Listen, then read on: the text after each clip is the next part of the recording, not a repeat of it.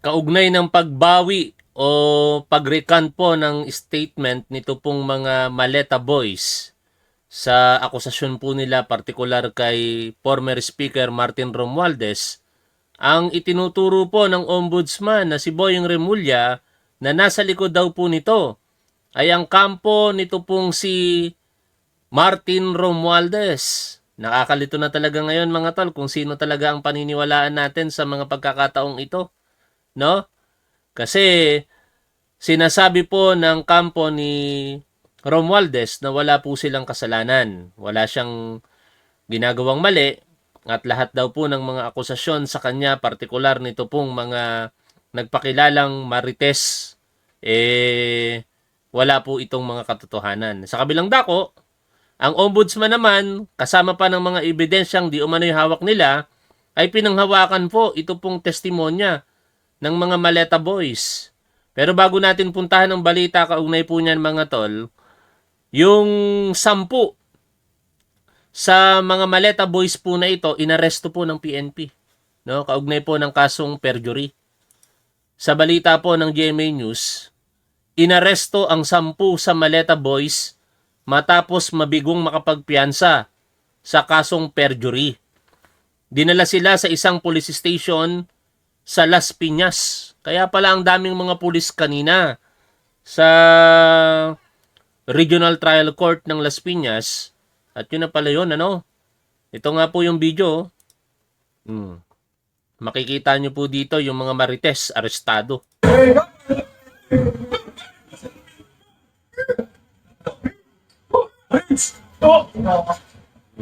Dito na. Pauli, tanong mo. Pauli. Pasok ka doon. Arestado sila. Yes, sir. Yes, sir. Yes, sir.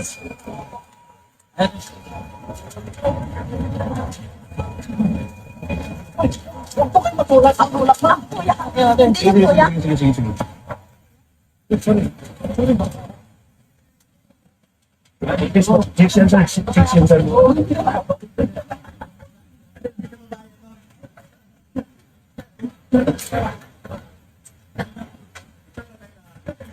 Nakita po natin yung video at sila po'y arestado dahil hindi po nakapagpiyansa. Ito ngayon ang mahirap kasi yung mga nangako sa kanila, pinabayaan na sila tapos yung iba nakakulong na. Ang sinasabi nung ilan sa mga bumaligtad, ang nangako daw po sa kanila at poprotektahan sila, si Mike Defensor at saka si Rodante Marcoleta. No? Ngayon, sa balita po ng 24 oras na hinango po sa naging press conference kanina ng Ombudsman, sinasabi po dito na ang nasa likod di umano ng pag-recant ng mga Maleta Boys po na ito ay yung makikinabang.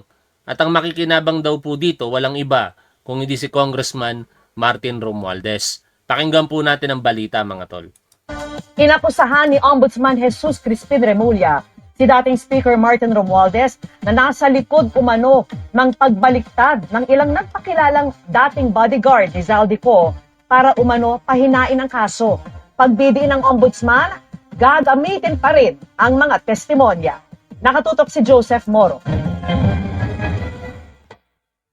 Paniwala ni Ombudsman Jesus Crispin Remulla, wala nang iba kundi si dating Speaker Martin Romualdez ang nasa likod ng pagbawi ng testimonya ng mga dating tauhan ni dating Congressman Saldico.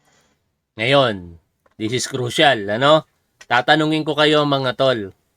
Sino sa dalawa ang pinaniniwalaan po na ninyo? Si Ombudsman Boyeng Remulla o si former Speaker Martin Romualdez? Kasi pinabubulaanan po yan ni Romualdez. Sinasabi niya wala siyang kinalaman dyan. No? Kasi wala naman siyang ginagawang mali.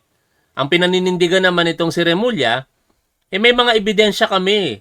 May mga testigo kami na hindi sila pinilit. Merong mga video na kusa nilang binigay ang pahayag nila at yung kanilang statement.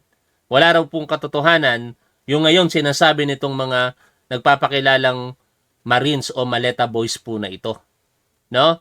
Kaya sa puntong iyan, iiwan ko na lamang po sa inyo kung sino paniniwalaan ninyo. Kasi ako, parehas ko po itong sinusuportahan eh. Si Martin Romualdez, sinuportahan ko po yan. Pero sa pagkakataong kapag may bintang ay akusasyon o korupsyon, doon tayo sa katotohanan. Ito namang si Ombudsman Boying Remulla, marami na po itong napatunayan sa atin. Napakarami na pong naipakulong ng Ombudsman, kaya patuloy din po ang suporta ko sa kanya. Kung sino sinusuportahan nyo, nasa sa inyo po yan kung sino po yung paniniwalaan ninyo. Basta ako dito, inaantay ko kung ano talaga ang katotohanan. At ang katotohanan, pwede naman nating malaman yan kung daraan sa tamang proseso. Kung sa tingin ng Ombudsman, sapat pa rin ang hawak nilang ebidensya, then so be it. Iakyat po nila sa korte kung tatanggapin ng korte. At kung tanggapin ng korte, ultimately, korte ang magsasabi kung may kasalanan o wala. Itong si Martin Romualdez. Kasi, syempre, wala naman pong aamin sa isang tao na nakagawa ng mali na siya'y may kasalanan eh. Kaya normal talaga na itanggi ng kahit sino, no, na sila po'y walang kasalanan. Pero dapat lahat po yan nakabase sa mga ebidensya. Posible na ang kampo po ni na Martin Romualdez ang nasa likod sa pag-recover ng APA. Siyempre. Sino pa? Sino pa ibang makikinabang sa pag nag-recant yan? Ang binabawi nilang testimonya ang kanilang naunang pahayag na naghatid sila ng mali-malitang pera kina Pangulong Bongbong Marcos, no Speaker Romualdez at iba pa. Ang sinumpang salaysay nga ng tatlo sa kanila ay ginamit ng Ombudsman para imbestigahan ang pagkakasangkot ni Romualdez sa flood control scam. Sabi ni Remulla, gustong pahinain ni Romualdez ang kasong binubuo ng Ombudsman. The camp of former Speaker Romualdez, his lawyers, his strategists, his advisors. Saka na natin sabihin yung mga ibang pangalan. Pero hindi ba kayo nagtataka mga tol? Kasi ako talaga sa lahat ng mga ito ang sinusuportahan kong solido si Pangulong Bongbong Marcos. No? Si Pangulong Bongbong Marcos sinabi niya na malapit ng kasuhan ng Ombudsman si dating Speaker Martin Romualdez. Simula nang pumutok ang balita na ito at ihayag ni Pangulong Bongbong Marcos noong July 28, 2025 ang di umano'y anomalya sa flood control projects, never na po nating nakita si Congressman Martin Romualdez kahalubilo ang ating Pangulong Bongbong Marcos. Before, every Sunday, magkakasama sila. No, kaya hindi ko alam kung si Pangulo ba ay naniniwala na may kasalanan si Martin Romualdez o iniiwas niya na yung kanyang sarili sa iskandalo na kinasasadlakan ngayon nitong si Romualdez. Kaya sa totoo lang, naguguluhan ako, no? At sana, sa lalong madaling panahon, malaman po natin ang katotohanan dito. Kasi pera po natin ang binayad, ang winawaldas po dito, no? Lalo sa akin, ako, sa totoo lang, masakit para sa akin dahil kahit ganito lamang yung mga manonood natin, religiously nagbabayad po ako ng tax. At alam nyo ba kung magkano po ang tax ko ngayong taon na ito? Nasa kalahating milyon. Biruin ninyo sa October, magbabayad ako ng 400,000 pesos. Tapos, nanakawin yung ibinabayad natin buwis. Ang sakit nun. Kaya gusto ko talagang malaman kung sino may kasalanan dito. Hindi na po ako tumitingin dito kung sino yung sinusuportahan ko. Kung merong akusasyon, dapat malaman natin ang totoo. Kahit nga si Pangulong Bongbong Marcos. Kung ito po inaakusahan ng korupsyon, ilabas lang nila yung ebidensya. Sasang-ayon ako na maimbestigahan siya at eventually, kung kinakailangang isa lang sa impeachment, sige lang para malaman natin ang katotohanan. Kasi pera natin lahat ito mga tol. Walang Pilipino ang hindi po nagbabayad ng buwis. Lahat tayo nagbabayad ng buwis, maliban na lamang sa, syempre, nagkakaiba-iba tayo pagdating sa income tax. Dahil may mga Pilipino na exempted sa income tax, may mga Pilipino na katulad natin na pagka kumikita, kailangan magbayad ng income tax po natin. Kaya pagkadating sa usaping korupsyon, dapat lahat po tayo nagkakaisa dito. Hanapin ang katotohanan, papanagutin ang lahat ng mga inaakusahan at kung may katotohanan, parusahan po sila. Shipping away the... Oh, they're trying to do it. Yeah. They're trying to do Okay, it. okay. They're desperate. Ang sabi sa GMA News ng mga dating bodyguard, tinakot sila ng Ombudsman na sasampahan sila ng patong-patong na kaso kung hindi sila pipirma sa inihandang affidavit. Pinabulaanan din niya ni Remulla at sinabing meron silang ebidensya na hindi nila pinilit ang mga dating bodyguard. These people, freely on their own, went with one of the ombudsman people to go to the locations And they were the ones who pointed at specific locations where they delivered the money. Ayaw nga nila ng protection eh, kasi nga kaya nila yung sarili nila eh. Paano sila manatakutin? We were offering them security. May tumatawa pa nga eh. May kinikilig pa nga habang pumipirma eh. Tuwan-tuwa eh. Mariin namang pinabulaanan ni Romualdez ang paratang na siya ang nasa likod ng pagbaliktad ng mga dating tauhan ni Ko. Ang pagbaliktad nila ay patunay umano na mga akusasyon ay hindi totoo at gawa-gawa lamang. Ayon kay Romualdez, haharapin niya ang mga aligasyon at dedepensahan ng sarili. Pero umatras man ang tatlo, sabi ni Remulla, gagamitin pa rin ng ombudsman ang kanilang mga testimonya. Hindi aniya porke binawi ay hindi na totoo ang mga sinabi na nila. It doesn't weaken or strengthen. But of course, it just points out to the fact that there are people working on his behalf to obstruct the ends of justice. Ang recantation is frowned upon by the courts. That is the way that the courts are supposed to treat recantations. Especially, ito nga, twice na nag-issue ng testimonies against Romualdez itong mga to. Afterthought na yan eh. Ngayong tinalikuran na ng tatlong mga dating bodyguard ang kanilang mga salaysay dito sa ombudsman, ayon kay Ombudsman Jesus Crispin Remulla, posible na rin silang maging kapwa-akusado ni Romualdez at Ko. They'll be charged. What charge, sir?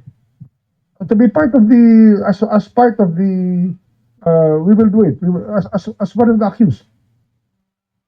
Na-charge namin sila. In which That's case, natural. That's natural. Kasi nga, kaya nga hindi sila chinarge. Kasi nga, tumitestigo sila. Pag hindi sila tumestigo, di charge namin sila. Ako, accused na sila. Hinihingan pa namin ng pahayag ang tatlong bodyguard at kanilang abogado na sila Tito Baligod. Sa totoo lang, ang mahirap kasi sa kalagayan ni Ombudsman ngayon. Nung kinasuhan si Rodante Marcoleta, si Mike Defensor, lahat tayo nagbunyi at pinupuri siya. Ngayon, kine-question niya yung posisyon ni Martin Romualdez. Marami sa atin ang hindi umaayon. No, ibig sabihin lang mga tol, hindi tayo nakatingin sa ebidensya. Tayo nakatingin sa personalidad.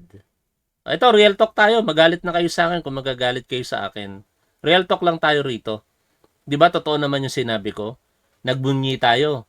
Nung si Rodante Marcoleta, kinasuhan ng ombudsman. Si Mike Defensor at iba pa, kinasuhan ng ombudsman. Puring-puri natin si Remulla.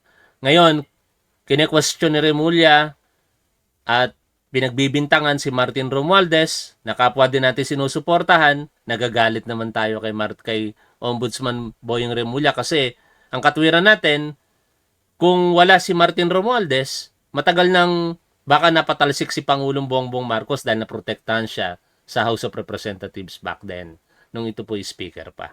No, ako naman, sa totoo lang, kung saan ang tama at dapat doon ako eh.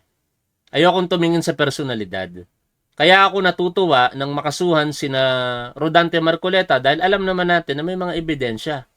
Kung gaano katotoo ang ebidensya, nasa korte po iyon.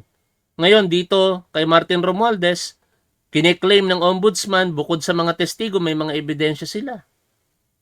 At nasa korte rin ang pagpapasya para sa akin. O hanggang dito na lamang muna. Maraming salamat sa inyong lahat. Lagi po nating tandaan kung ano po ang tama at dapat, doon po tayo. Keep safe. See you always. Bye for now mga tol.